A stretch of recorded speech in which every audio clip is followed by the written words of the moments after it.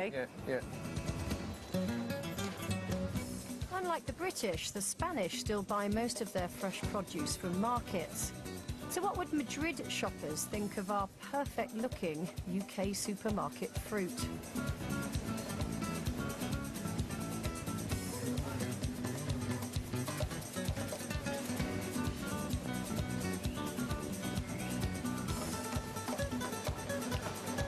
Pues le falta sabor total. Bueno, más o menos. Un poco ácida. Pues yo los he consumido aquí y son un poquito más dulce, con más sabor. Este tomate es insípido para mí. No me gusta. No son dulces. Muy buena presencia, pero no saben a nada.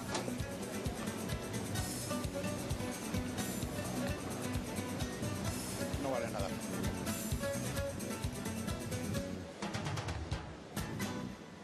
So I'm beginning to understand the difference between supermarkets across Europe and those back home in the UK.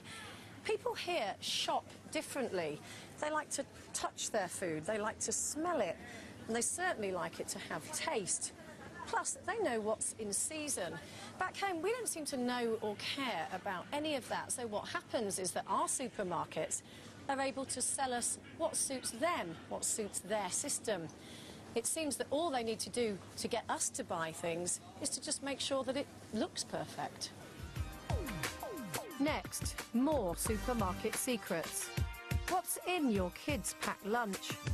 And the myth of cheap supermarket produce.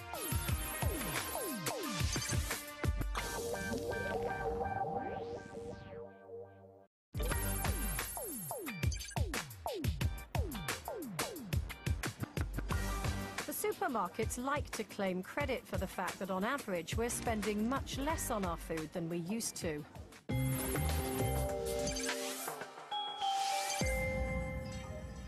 That's to do with all of us, you know, whole society getting more affluent. It's not true for the people on the lowest incomes. They still spend just as much on food.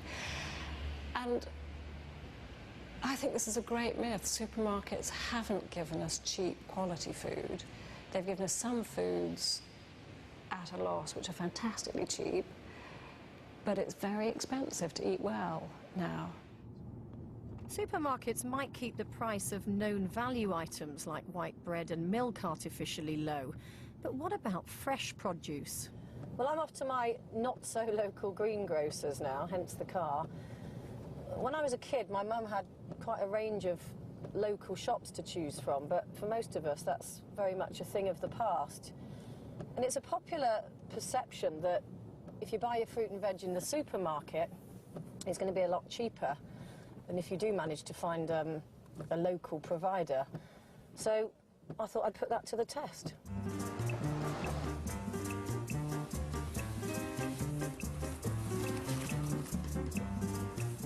Look, how fresh is that? It's still got the soil on it. Never see that in the supermarket.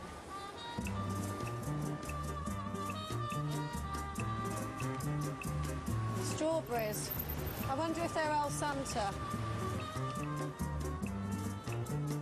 I made sure I was comparing like with like by buying the same quantities of similar quality supermarket fruit and vegetables. OK, so this is the shop that I did this morning at my little not-so-local greengrocers. Then I went to the three supermarkets that are nearest to my house. That's Tesco, Sainsbury's and Asda. What about the prices? Well, the supermarkets all came out very, very similar in price. Of course, they're locked in price wars, so they keep a sharp eye on this. But here's Tesco's. That was the cheapest at £7.30. Then we had Asda at £7.59. Then Sainsbury's was slightly more expensive at £7.63. So what about my local greengrocer? Well, a lot of people we spoke to said that they shop at supermarkets because they say that they're cheaper. Well, £6.61 at my local greengrocer. So proof, if you need it, that today this was the cheapest. If fresh supermarket produce isn't cheap, prepared fruit and vegetables are downright expensive. The things the supermarket love is added value, which is where you take something that's really essentially a very simple product for which you can't charge very much and do something to it in order to be able to charge much more.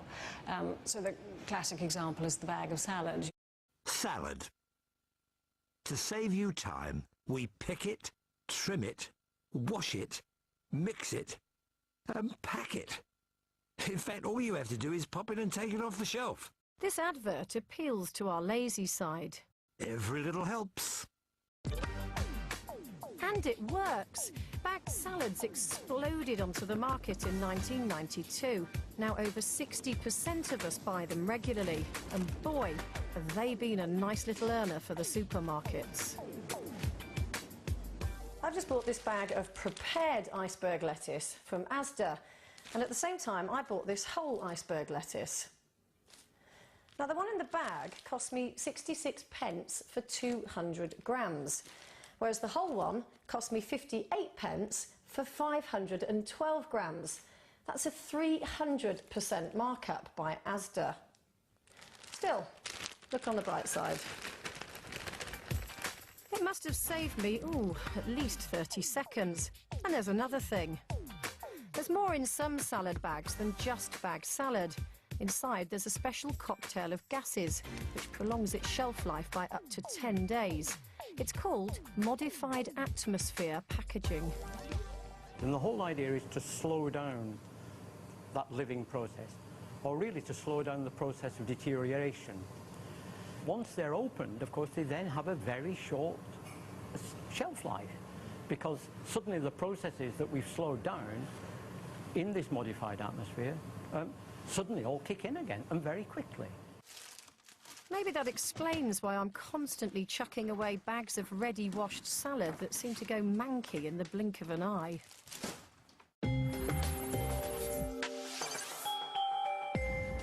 All over Britain, we parents worry about what we're feeding our kids. Experts tell us they're getting fatter and fatter, and more children are being diagnosed with diet-related illnesses like type 2 diabetes.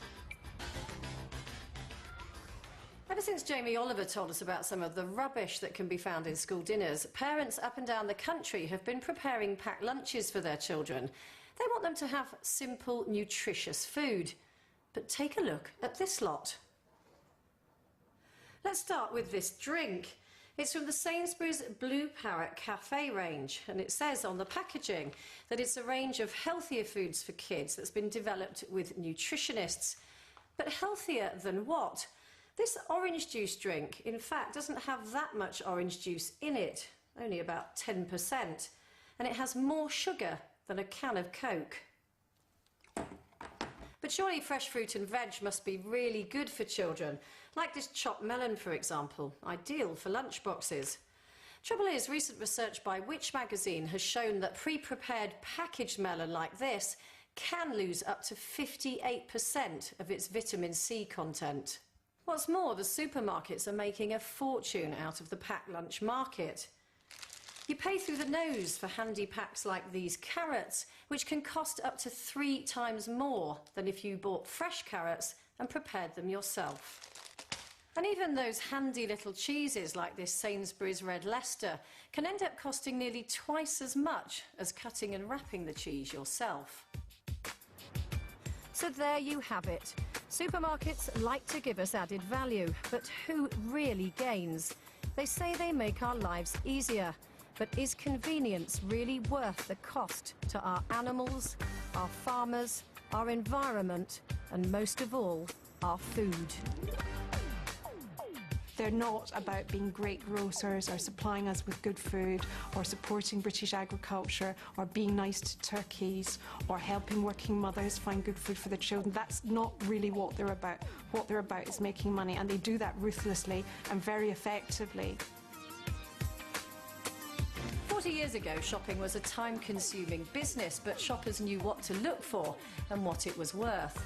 Today, the supermarkets want us to think that they do all of that for us, on our behalf. Personally, I think it's high time we relearnt some of those old shopping skills. Gillian McKeith has loads of advice on the grub you chew. You are what you eat, Wednesday at 8:30.